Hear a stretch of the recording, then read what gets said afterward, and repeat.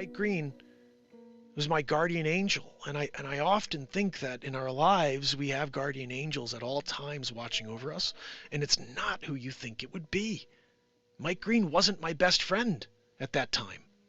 We could all be a Mike Greene for this world, and we can step up when others around us need it and be guardian angels. That's why I'm trying to explain to you, you may see someone that you can assist be the guardian angel. You don't have to know them, but you do know them.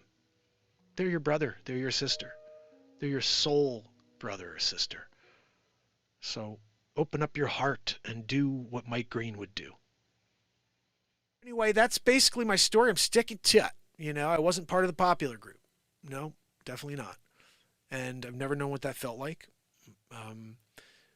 Just somebody who tried to get through high school with my friends and learned a few life lessons while I was there, you know. And I think they're important to learn, and I learned them at the right time. I think if I had learned them any later, it would have been devastating, you know, for me to think that these people matter, you know. And again, no offense to anybody I went to high school with, but we don't talk, you know. And I've been here for 5 years in a row every day. I never see you pop in and be like, hey, I went to high school with you. So, like, whatever. I've been here trying to connect with you, by the way.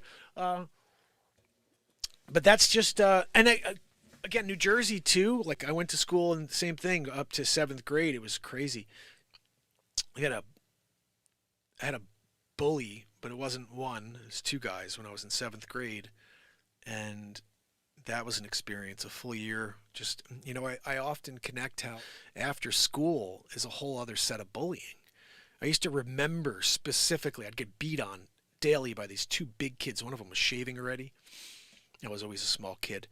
And my fault was in art class, the first week of school, these two kids were beating on this kid that was about my size. And I said 5 words that changed my life. Hey guys, leave him alone. That was it. One of them goes, we'll stop picking on him. We're going to beat you up now. Literally, that's what he said to me. And every day for the entire school year until I think, actually it was one full school year until about 3 weeks, 4 weeks before the end of the school year. I'd walk down the hall, and every time I turned a corner, I thought I was going to get thrown against the locker, because a lot of times I did. A lot of times I'd turn a corner, and they were standing right there. And it was never like one of them alone. They were always together, and they'd always beat the hell out of me. Now, they never hit me in the face, so one thing I could say, that was at least the takeaway. I was like, okay, I'm just going to get punched in the chest, punched in the arms, punched in the back by two guys thrown up against the locker. And the weird thing is I was in G-Wing, and the entire G-Wing would stand around and watch it happen. I was like the entertainment, getting my ass kicked by these two kids. And so my only saving grace, still I love this kid more than anything, his name is Mike Greene.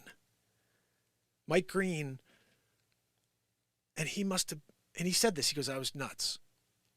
I was like, because I still don't know why he would do this. I'd be getting beat up by these two kids, Rich and John.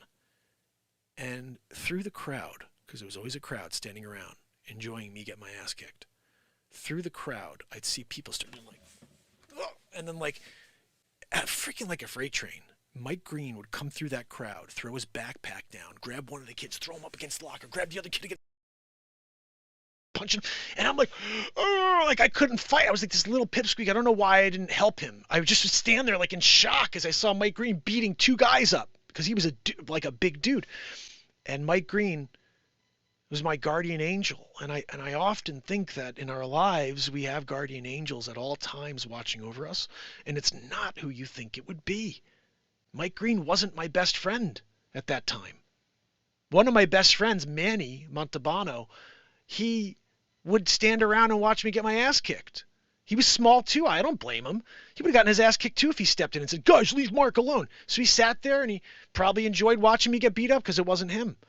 But Mike Greene didn't give a freaking flying hell. That kid flew through the crowd. He'd beat these guys up, punch them, and then it was broken up by the teachers almost all the time. But without Mike Greene, guys, I don't know what I would have done. I wouldn't have taken my life, I can tell you that, but I don't know what I would have done. It was just a lot. It was a lot. And so I had this daily ass kicking, and it was like I couldn't even focus on school.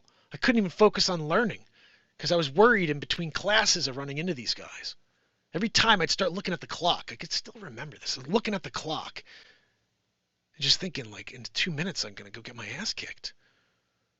And because I was so small, I was so afraid to say anything to, like, my brothers. And eventually what happened was I go home, and again, I was like this kid in a shell at this point. And I get home, and my parents sit me there like, what's going on at school? I was like, what do you mean? What do you mean? And my brothers are there, and they're pissed off. And they're like, what do you mean? They're like, we heard these guys are beating you up. And I was like, and I just didn't know what to do. I think I cried, and I was like, man, I don't know how to protect myself, you know? And I remember my brother, Michael, he goes, this is what you're going to do. And this is nuts. He goes, you see this lock? He takes out one of those padlocks. He goes, you see this lock? He goes, you're going to hold it in your hand behind your back. And when you see him tomorrow and these guys and they start coming over at you, when they walk up to you, before they could even push you, before they could even start punching, he goes, you just take that arm from behind your back and you swing as hard as you can. And you hit him right here with this metal piece. And he goes, when he hits the ground, he goes, I want you to stand over him and kick him in the chest as hard as you can until he starts spitting up blood. I swear, my brother's telling me this. My other brother's like, yeah! They're older than me. My brother said literally, knock him down, and as soon as he's down, you kick him in the chest until he starts spitting up blood. And that was his way of saying, fuck you. You know? And so I went in the next morning, and I had that lock in my hand. I still remember it. I was freaking out. I was shaking. Because I never fought back. I just took it, you know? And so I get there, and I'm like, I'm sitting by the lockers. I remember I'm there with Manny, and I'm there with a few other the kids from my class. And all of a sudden, John Bruno and fucking Rich Romanali, or whatever the hell his name was, walk up. And I'm like, here it comes. Here it comes. And as soon as they get, like, within distance, my friend Manny goes, hey, John, you going to beat Mark up again today? And he goes, no, we're done with Mark. And I was like, I mean, I was like white. I'm sure I was like just totally like pale in the moment. I was so nervous. And he goes, no, we're done with Mark. And I remember putting that lock back inside my backpack, still wanting to go over and punch that dude in the face as hard as I could with it. I put it away, and I can never understand why they stopped. But as I'm older, I realize what happened. I think the principal was the one who called my parents, and then the same night he must have also called their parents and said, your kids are torturing this kid in school. If they do it again, they're going to be expelled. That's what I have to imagine happened. So I never had my resolve. I never had the chance to fight back and to hit them that time and get it all out. But I also know, knowing what I know now, that if I did, I may have not been able to stop, first of all. Secondly, with that padlock that my brother was lovingly telling me to protect myself with, it would have been considered a deadly weapon. And who knows where I'd be today. I can guarantee you I wouldn't be the host of the longest running daily variety show. Something else would have happened to me, to my trajectory. Who knows, I may have liked fighting. I don't like fighting. Who knows? If I hit the guy and I liked it, I may be an MMA guy. Who knows? But the point is, that was a traumatic experience in my life. To have a full year of being tortured by two kids that were much bigger than me for saying, hey guys, leave him alone. But guys,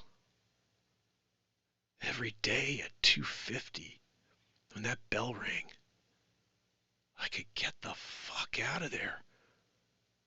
I could get away from it. I had from 2:51 until 7:50 the next morning in order to just be free and not have to worry about those two dickheads. But today, you leave at 2:51 and immediately you're getting pinged with a text. We're coming for you. You better not leave your house. Like, I could just imagine.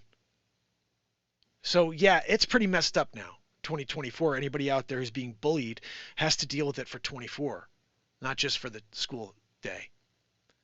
So that's where my mind goes. That's where my heart goes when I think about bullying, is I was a victim of it at a time when no one gave a shit. Now it's like you get immediately in trouble if you bully. I dealt with it for like 9 months, guys. Every day of my life, or for the school life. And I only had Mike Greene. Freaking love you, Mike Greene. I know you're out there. He's out in Delaware, I think. He's a chef now. I love Mike. But he was my brother. I wrote a really great piece on Facebook about this years ago. I actually should find it and read it for you one day, because I detailed the entire experience, very similar to what I just said to you, actually, so I probably don't have to read it. But he responded on Facebook, and he goes, man, I had no idea that this was that big a deal. You know, it's like, it's funny, something that's so massive to you, the guy who was your savior, your Superman, had no idea it was that big a deal. He goes, I'm just a crazy guy who's willing to help his friend. And when he said that, I was like, how lucky was I to have a crazy friend willing to go in there and fight for me. Not with me, for me. Man, that is something. That's guardian angel type stuff. And so, as I reflect on being live 5 years in a row every single day, trying to bring this world together, and then thinking about the world and stuff like that, like Mike Greene, the Mike Greene's existence in my life, in my moment that's never ended. Man, this thing's, is it going to pause like at all, or? Sheesh. Just thinking to yourself, this is more deja vu than I've ever experienced. Like, I know I've lived this moment before. Yes, you have. It's the one moment. It's the moment I got my ass kicked by these people, and Mike Greene jumped out of through the crowd, and he fought for me. It happened right now. Time is weird. We just think about it in terms of days, but it's really one day that never ends.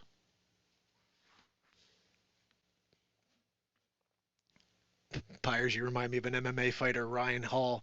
Not the weatherman, but the dude looks like a paper boy that couldn't hurt a fly, but he's a human python. Really? Check him out. It's funny. I used to joke around. My friend Jermaine was like ridiculous at martial arts, and he used to do these cool kicks and this like crazy kick over your top of your head. And I've shown you guys I could do it a few times before, but I never hit anybody. I've never done any of that. But like I used to joke around with him, and we do like shadow boxing and stuff. And he taught me some stuff, and he used to be like, dude, you're really quick. Like, you'd be a really good fighter. I'm like, I don't want to fight. I don't like people. I don't want to fight with people. I don't want to hit anybody. But I'm pretty sure with my reflexes and, you know, what I do with the guitar, I feel like anything that I've put my mind to in my life, I can excel at if I just put the time in. And then I can master if I put my real time in. So if I wanted to fight and be the best fighter, I would have just gone in that direction, and I would have done what I do with the guitar in a fighting capacity. I just hate fighting. I don't want to get hit. I'm sorry. Maybe it's because I got my ass kicked by these people in 7th grade. I don't like getting hit. Don't want to get hit. Ooh, Burrella said, how different would Mark Inspire sound as you're entering the octagon? Ladies and gentlemen, in the red corner, wearing the shorts that say go yourself, Mark Inspire! Don't try, motherfucker! Right? I come out, I'm elbowing people right in the fotch. You know, sometimes you got to give them a forearm shiver, you know. I'm doing a Mean Gene Oakland. You know, if I do it, I'm doing a Mean Gene Oakland. Either that or Rowdy Piper. Like, if I'm going to get into it, you got to get into it. You know, you do it the right way. What about George the What's Animal that? Steel? Zabras. Zabras says, as you do George the Animal Steel. You want me to chew on the turnbuckles? Zabras. Why don't you drink another Yoo-hoo? Right? Wants me to chew on the turnbuckle. No, if I was going to do it, I'd probably do Superfly Snuka. I'm jumping off the corner. Flipperoo, yeesh, elbowing down. MMA just took a whole new turn. Jumping off the cage, Superfly Jimmy Snuka style. You know, I got the Tongan brothers too. You know, I think that's what they were called. Iron Sheik. What? Iron Sheik, Joanne? Joanne said she would go with Iron Sheik. I think that's what she said. Yeah, I couldn't hear anything but the wheeze. So. Joanne. Oh my goodness, and she tooted. But to me, I just don't touch me. Don't touch me. Don't come up and hit me. Don't throw me against lockers because you're a dick. Because I said, hey guys, leave him alone. I couldn't believe, I still see that moment. That dude's getting beat up by these two kids. Class is over. And I go, hey guys, leave him alone. Oh man, that led to a year of torture. But remember, everything in your life leads you somewhere, right? No, I don't. It wasn't a good moment to be in, to have that happen. But it's a part of who I am, you know? And maybe that's also why I have so much to give, is because I feel like we could be better. We could be better than those guys were. And we could all be a Mike Greene for this world. And we can step up when others around us need it and be guardian angels. That's why I'm trying to explain to you, you may see someone that you can assist be the guardian angel. You don't have to know them, but you do know them. They're your brother. They're your sister. They're your soul brother or sister. So open up your heart and do what Mike Greene would do. That's all I can say. Join us here on Mark Inspires, where we're here to effect a positive change one person at a time.